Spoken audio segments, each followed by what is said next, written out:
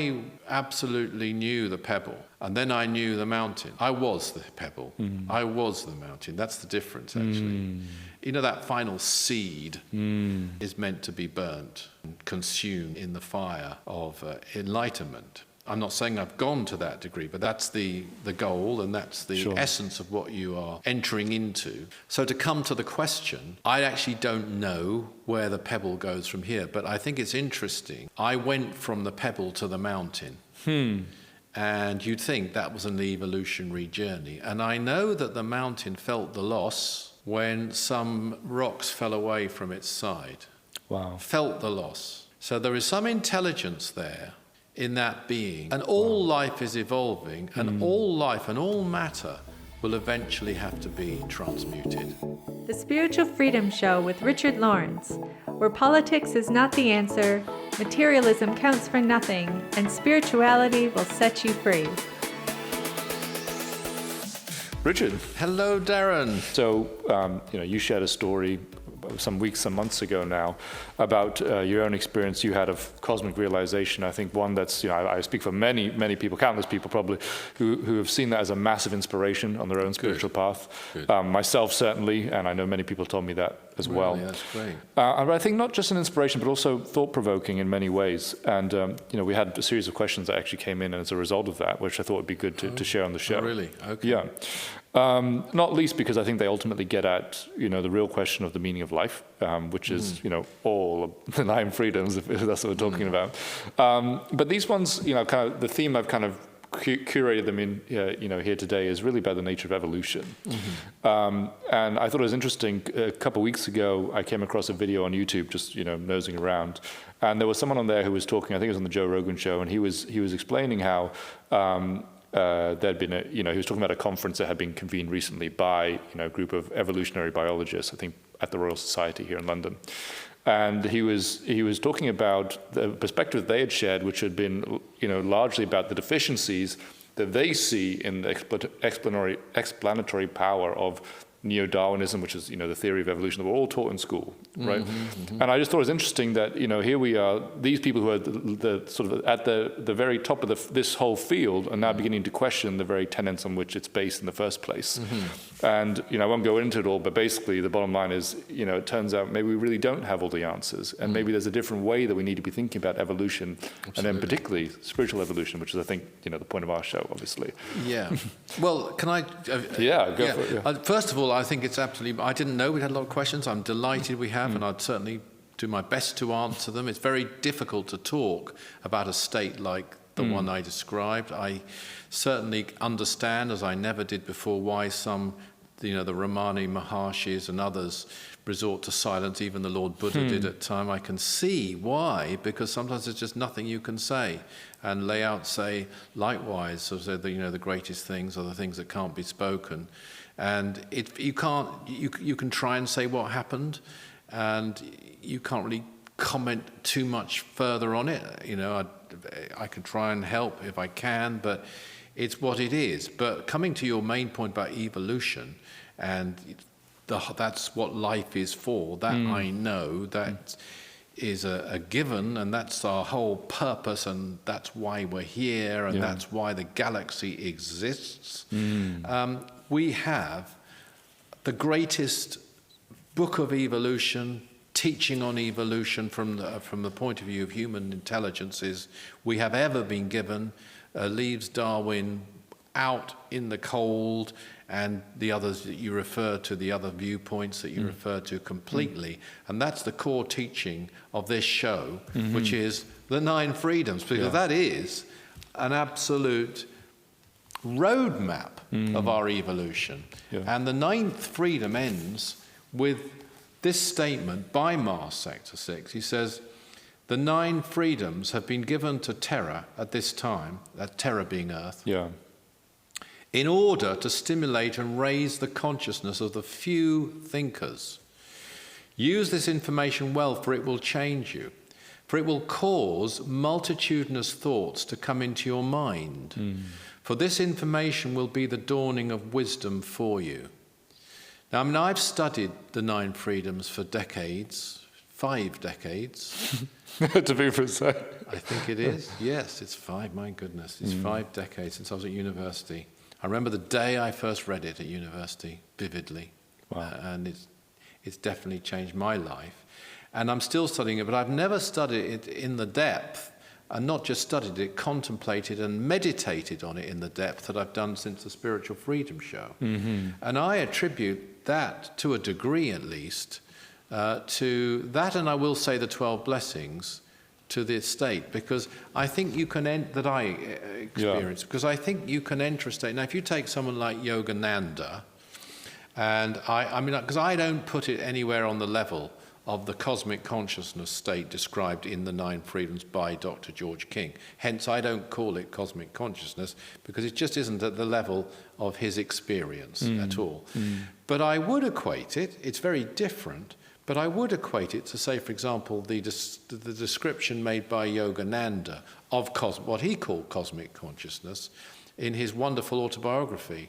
Some might really be offended by that, and if so, I nothing much I can do. I just have to say what I think is right, and what I think Yogananda would also think is right, by the way.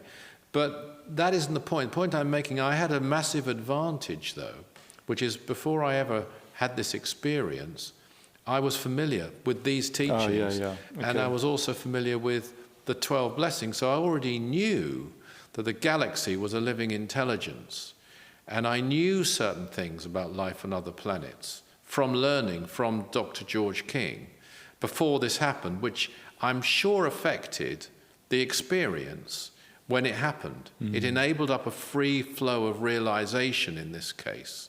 But I can honestly say that I can testify to the truth of this statement by Mars Sector 6. And I will read this little bit again. Use this information well, for it will change you, for it will cause multitudinous thoughts to come into your mind. That has happened. You've had that happen, and you've definitely witnessed it happen to me in studying this. And it will happen, and I'm sure people listening and watching to this will verify this. And he goes on, for this information will be the dawning of wisdom for you. And that's a tremendous promise. Definitely. Because actually the 5th freedom, it only just occurred to me, I think is described, and I want to check that I'm not giving wrong facts here, as a step into cosmic wisdom. But let me just check that while you talk, if you wish to. I'll definitely agree that I've certainly witnessed. Sorry, I've got it. Oh, yeah. This change, it says this is the real beginning of freedom, and this is in the 5th freedom, this change into cosmic wisdom. So I attribute it to these teachings being applied to practices. And here's a New Age message, which is, although we stress on the Spiritual Freedom Show, always stress the overriding priority of service, I would take the chance to also concentrate on your own spiritual development, because that's part of evolution. How can you work for the evolution of others if you're not working for the evolution of yourself? Totally. It won't work. Yeah. It's because I'm not going to say it's a hypocrisy per se, but it is a bit. But it's a conflict of intention. So you sacrifice your own evolution at times, temporarily, to concentrate on others, because it's the whole is the greatest thing, and there are others more needy at times than yourself. But don't neglect it completely. And here's another thought. This is the Master Aetherius, and it appears in the book Realize Your Inner Potential, and it's also in other publications. Master Aetherius, reach inwards and upwards to the light there, so that you can give this light to others. You cannot give it to others unless you realize it. And there's a wonderful blending, is there not there, of personal spiritual development with service in one simple statement. That you can't give light to others unless you've realized it. How can you do that? And so the inner realization of your own unfoldment isn't a selfish thing if it's done in the context of a life of service. Yeah, It absolutely. used to be, I think, a flawed thing. And I do detect in the third freedom, rightly or wrongly, I detect, so I could be right, I could be wrong, but I detect from Mars Sector 6 a certain disdain for people who did do that, even though it was allowable in the old age to go off, disregard others, concentrate on your own development. I get the feeling myself that it doesn't impress Mars Sector 6 a jot. But anyway, it's gone now. We're in the context of service. We're in an age like the Solar Lords who'll go into galactic consciousness for 500,000 years, but come out with abilities to practice aspects of white magic or whatever it might be, as however it's termed, that they didn't have before, so they can shed that light. And that's the purpose of it. And coming to my relatively tiny little experience compared to that tiny indeed, I felt at the time it wasn't even mainly for my benefit. Certainly it wasn't only for my benefit. And I'm so glad, and I've also had some beautiful responses, that it has inspired people, because I think that's what it was meant to do, to show that this path works. Yeah. And I must admit, I have thought to myself, it's just a fact there isn't anybody who has received the initiations I received from Dr. King personally, at least, and the positions of responsibility he appointed me to. And I've devoted my life to this for over 50 years now. I haven't worked full-time for the Society for over 50 years, but I've worked full-time for the Society for 45 years, non-stop, and I've made mistakes.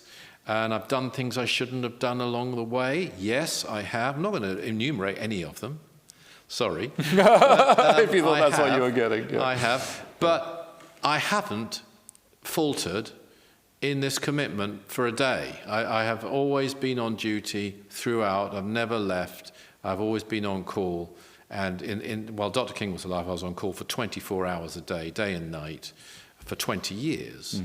And I think to myself, well, look, also, if I don't think any of us really deserve, I certainly don't feel I deserve great states of enlightenment and so forth. But I think people could also think, well, look, Richard Lawrence has done this. He's been at this all these years. He's been entrusted so much by Dr. King. If he can't get there, who can?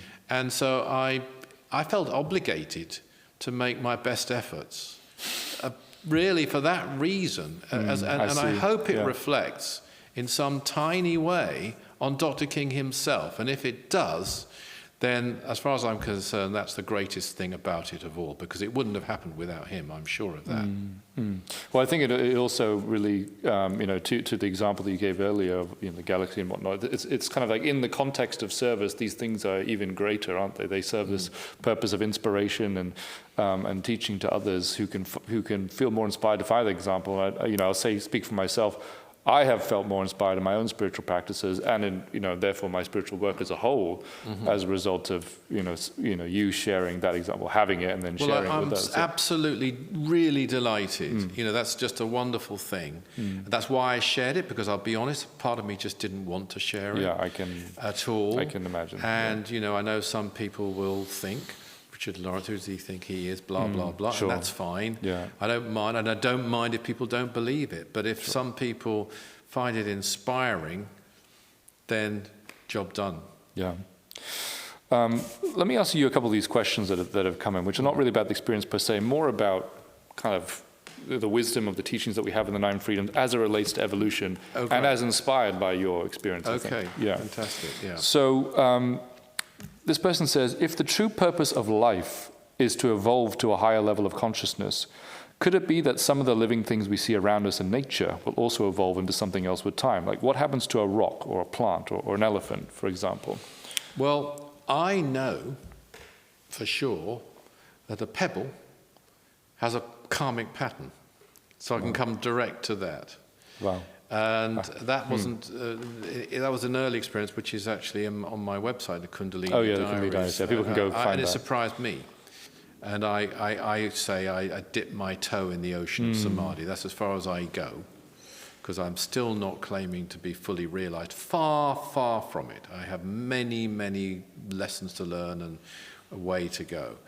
But what was interesting in that experience in January was because it's a superconscious state, it's not directed in the way that we're used to. So it wasn't like, I think I'll meditate on a pebble now. I see. I think I'll meditate on a rock now, which you can do. And we guide people in that sometimes, that, choosing what to focus on. The choice was made by me at a higher level. So I absolutely knew the pebble. And then I knew the mountain. I was the pebble. I was the mountain. That's the difference, actually. That final seed is meant to be burnt and consumed in the fire of enlightenment. I'm not saying I've gone to that degree, but that's the goal, and that's the essence of what you are entering into.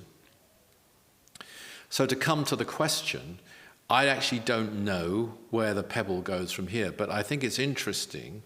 I went from the pebble to the mountain. And you'd think that was an evolutionary journey. And I know that the mountain felt the loss when some rocks fell away from its side. Wow. Felt the loss. So there is some intelligence there in that being, and all life is evolving, and all life and all matter will eventually have to be transmuted. Yeah, wow. It really gives you a different perspective, doesn't it? To think, because we think of it as just an inanimate thing that's just sitting there, but to think that not only is there some intelligence, but it actually has a karmic pattern that it's evolving through, ultimately back to the God source. In some way, it could be very different from than our evolutionary cycle. Yeah. But all things are transmutable back to their source. Yeah, and I guess all things have to be transmuted back to. And they have to be. Yeah. And that's what the galaxy is waiting for. What I have from my last experience is a completely newfound devotion, and it's a limited one because I'm a limited person and a limited soul. But it is a devotion to the galaxy. And for example, I look at the 9th freedom again, because I do believe, and I hope if we've proved one thing on the Spiritual Freedom Show, it's that even the higher freedoms can be applied by us. Right now, It's a limited version, but that's what they're given to us for. This is the role model now. Yeah. These are the beings, and the solar lords reach a point, and to quote exactly, the great subtlety of galactic existence is realized by these ones. Now, and they enter galactic consciousness, as I mentioned. Now, I obviously am millions and millions of lives from that state. But in some tiny way, I can't think of a more worthwhile reason to live than to help the galaxy. And a lot of people here and they would think, this guy is certifiable. I'm just trying to get by my life. He's talking about the galaxy. And okay, I mean, that happens, and that's known. And Hiroshi Motoyama, for just to name one metaphysician, defined it brilliantly. And he said, to the average ordinary person, the psychotic person looks the same as the genius. They both seem very strange. They both seem the same. And in fact, in the same way, the schizophrenic person could be look the same as the medium to some people, because they aren't either.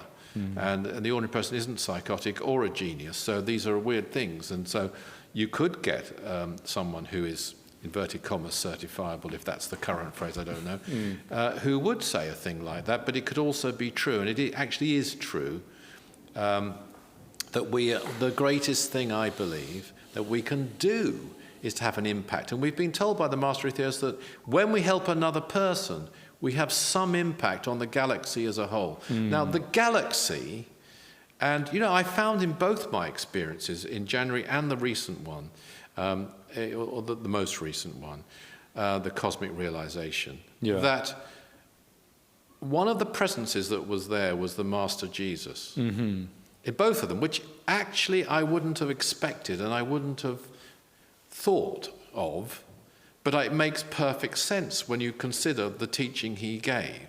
I see.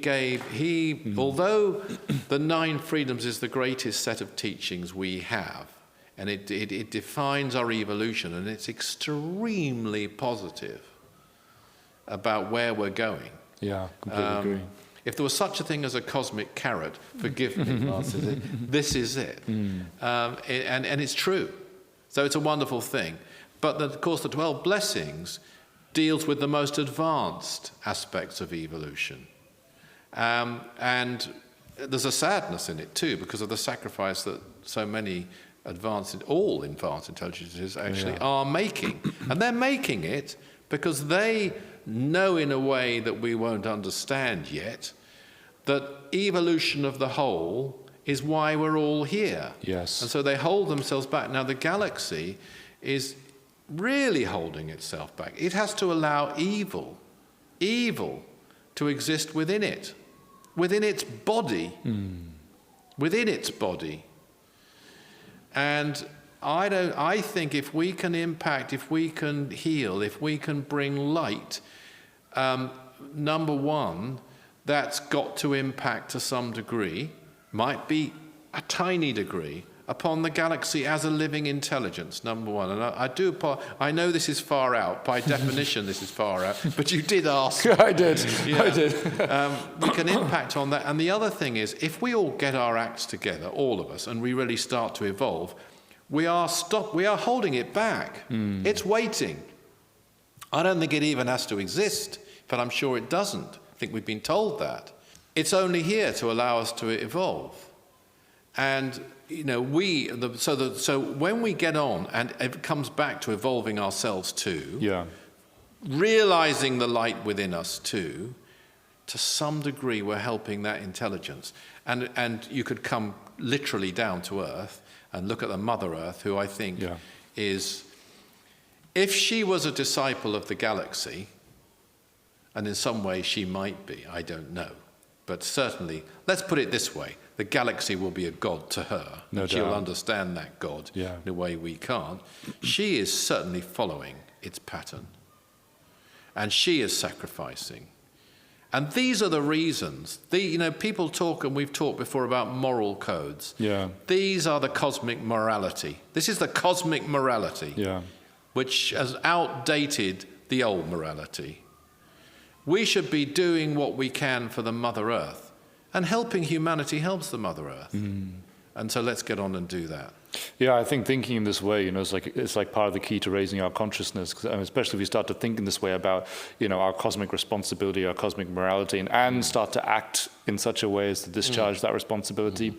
That's a part of enlightenment in itself. That's what we're talking about here. And think in terms of, that's true. And the other planets in this solar system, let me just throw this in, and I have to apologize if this is a very advanced issue, I think, this edition. The other planets in this solar system, let us remember, not the inhabitants of them, but the planets themselves, don't have to be existing on the level they are. They too are holding themselves back, by the way, for the likes of us. Don't believe it's only for us, but for the likes of us. They could move up dimensionally to higher levels. They don't, because people like us need their physical existence. And maybe other life forms too, not even in this solar system. So they're holding themselves back. Mars, Venus, Jupiter, Saturn, and the others. So all our actions impact upon the planets. They definitely impact upon the sun. The sun's given us the energy we've got, and what have we done with it?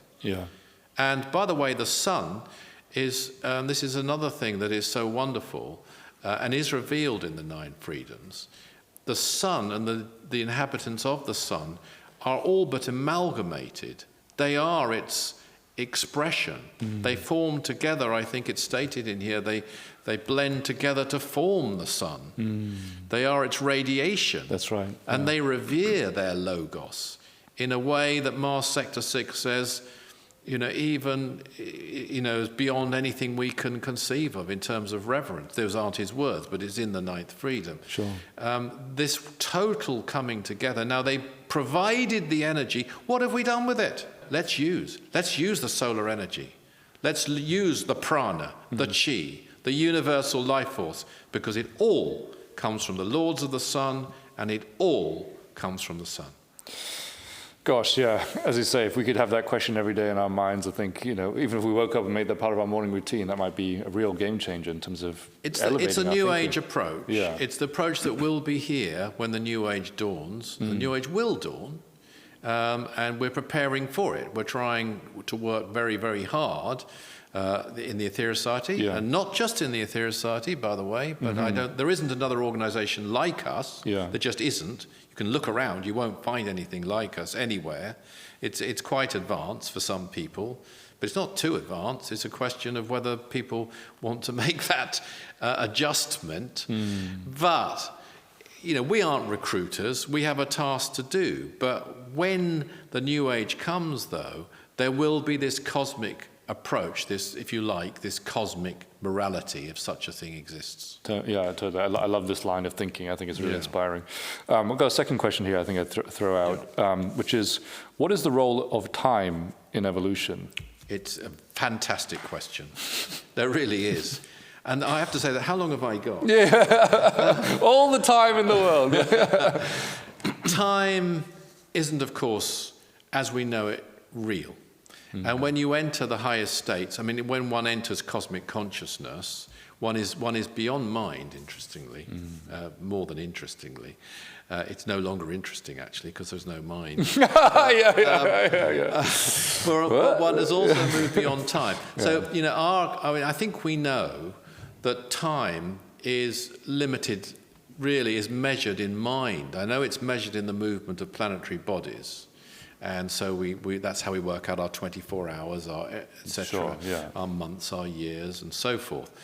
But that's one measurement. But another measurement we're all very familiar with is mind. We measure time in mind. An hour can take a very, very long time, or it can go in a flash. That's because of our mind. So when you go beyond time and you go beyond mind, and when you enter a state where you could be actually just as much in another part of the cosmos as you are in this part, all those measurements have gone. That measurement of time has gone, and because you're beyond mind, that's gone. So time is something that that we use when we're in our ordinary working states. But it brings me to a very interesting point, which, and I'm now quoting from a lecture, or an address, actually, I think, that Dr. King delivered in 1962 about the Logos of Earth, the Mother Earth. Okay. And he says this: it is said that the Logos or Logoi of different planets are beings who have not taken the initiations which they were entitled to. Or put it this way, have not taken the places in evolution which they were entitled to by the initiations they've undergone, but have come down a step. This seems to be the great subtlety. It's something missing in Blavatsky's Secret Doctrine, in Alice Bailey's work. It's something missing even in certain Hindu works. And yet it's the great subtlety, and I cannot understand why people like Blavatsky did not see this and did not fully appreciate it, because it would have made her work so much greater had she done so. The great subtlety is, if you're allowed to live in a certain room after an initiation, you do not do so. You come back into the workroom as a much, much greater person, yes. And so it goes on.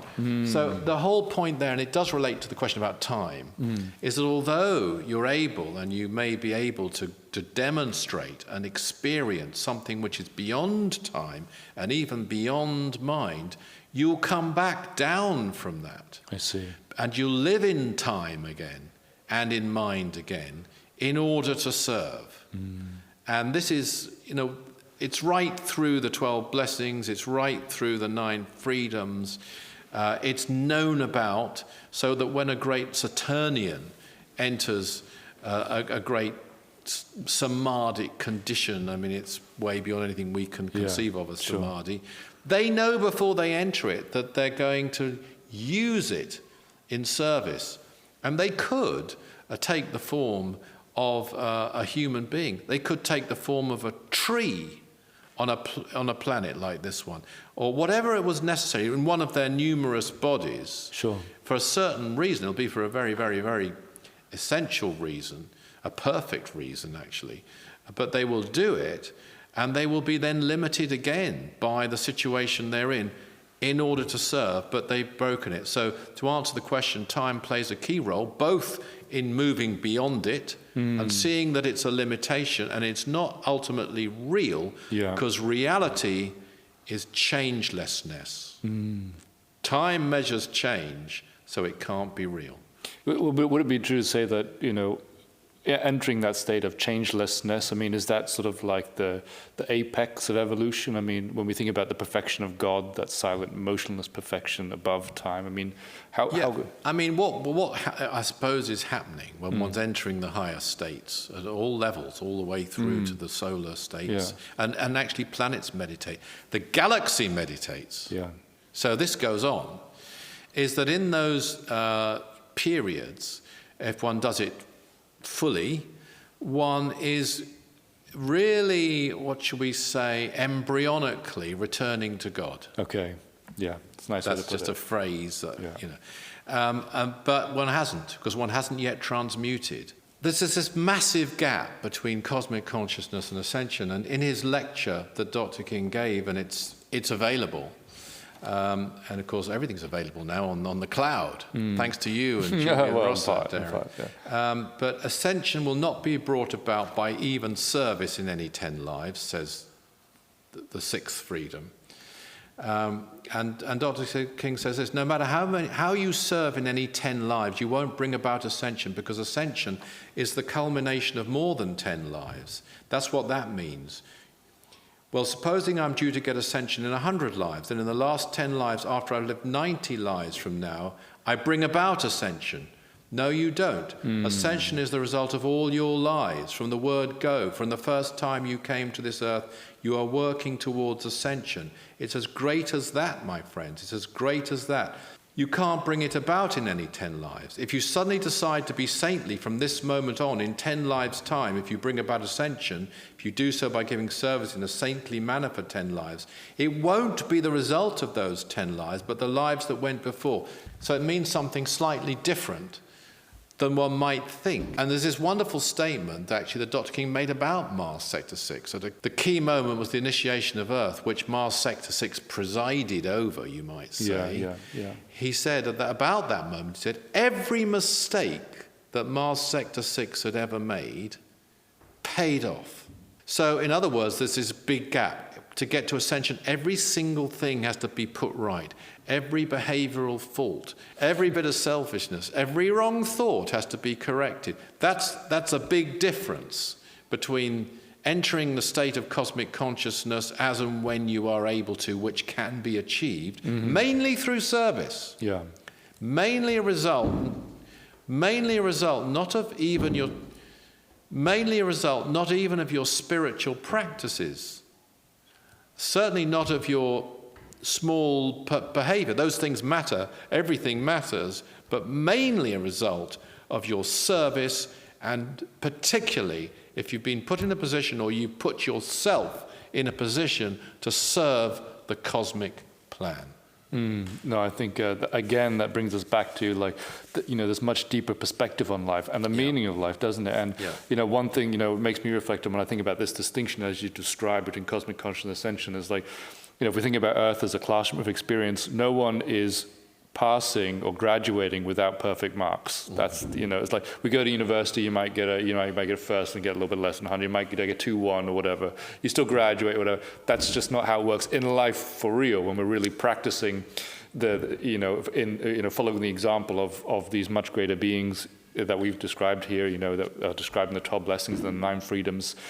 To really advance and get to that level, we have to master all experience that we have here on Earth. Indeed. And what I would like to say, just for people finally to take into the new age about this, I can absolutely 100% vouch for the fact that this works, the 9 freedoms works, and this path works as a journey in your evolution. Well, Richard, I think I'm gonna kind of pause our conversation here, and I'm gonna, because I'd love to bring this into another show. We've still got a few questions on this topic, and I'm loving the flow of the conversation here. So am I. So we'll see you next week, and stay tuned for more questions on this very profound topic of the meaning of life and spiritual evolution.